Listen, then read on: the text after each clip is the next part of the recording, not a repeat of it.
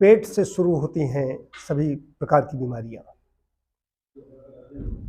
पेट से ही हमारे शरीर को पोषण मिलता है और पेट स्वास्थ्य अच्छा रहता है।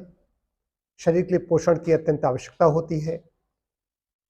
जो ग्रहण करने के लिए है हमारा मुख है, परमात्मा ने मुख बनाया और नासिका के द्वारा हम ऑक्सीजन ग्रहण करते हैं।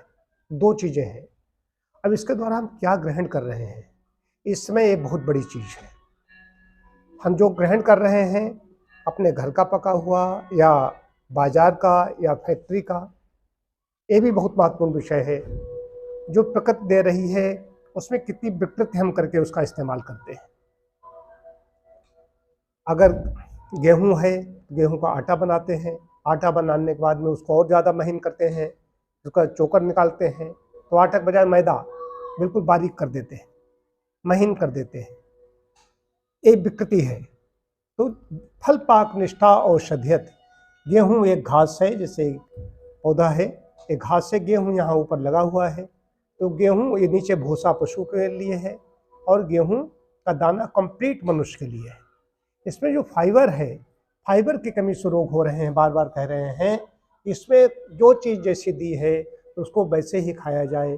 आटा गेहूं पिसाए हैं हमने, गेहूं पिसने के बाद में जो आटा है उसको छान के देख लें सफाई के लिए कि उसमें कोई घुन या कोई ऐसी चीज़ बाहर से आपने धो करके भेजे, लेकिन कहीं चक्की पर इधर उधर से भी कोई चीज़ ऐसी उसमें आ जाए या किसी दूसरे का आ जाए, तो सफाई के लिए चलने से छान करके देख लिया जाए उस भूसी में कुछ है तो नहीं, कूड़ा करकट कुछ अगर है उसको निकाल के फेंको और फिर से उसको उसी में मिला दो।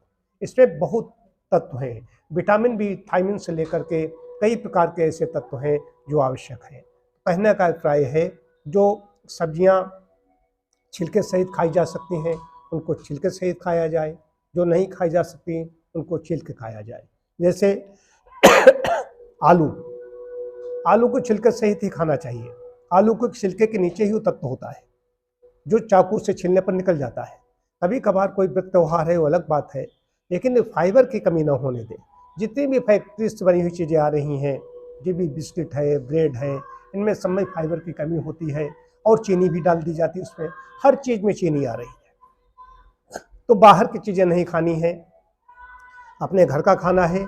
और जैसा नेचर हमें दे रही है उससे कि अब गेहूं है, गेहूं ऐसे नहीं हम खा सकते, ऐसे नहीं चबा सकते, तो गेहूं का हम आटा बनवाएंगे। आटा बनवाने के बाद में उसकी रोटी बनाएंगे और खाएंगे। रोटी भी थोड़ी मोटी बननी चाहिए, बहुत पतली बारीक रोटी नहीं बननी चाहिए। आटा को आधा घंटा 1 घंटे पहले गूंथ कर रखना चाहिए। इस सब तो चौका क्षेत्रा के अंतर्गत बताया गया है। लेकिन बीमारियां पेट से शुरू होती हैं, बात ये आ रही है। पेट से बीमारी क्यों शुरू होती है? आहार विहार जब दूषित हो जाता है, बचपन से ही अनपचे पदार्थ शरीर में इकट्ठे होने लगते हैं। सबसे पहले कहाँ? पेट में। पेट से स्टमक है, स्टमक से जुड़ी हुई हमारी आंतें हैं, तो सबसे पहले विकार आंतों में इकट्ठा होता है, फॉरेन मैटर्स वहाँ पर रुकते हैं, वहीं से सारी गड़बड़ी शुरू हो जाती है। मलक्रिया जब ठीक नहीं होगी तो गड़बड़ी हो जाएगी। मलक्रिया को ठीक रखने के लिए अपने आहार को ठीक रखना होगा।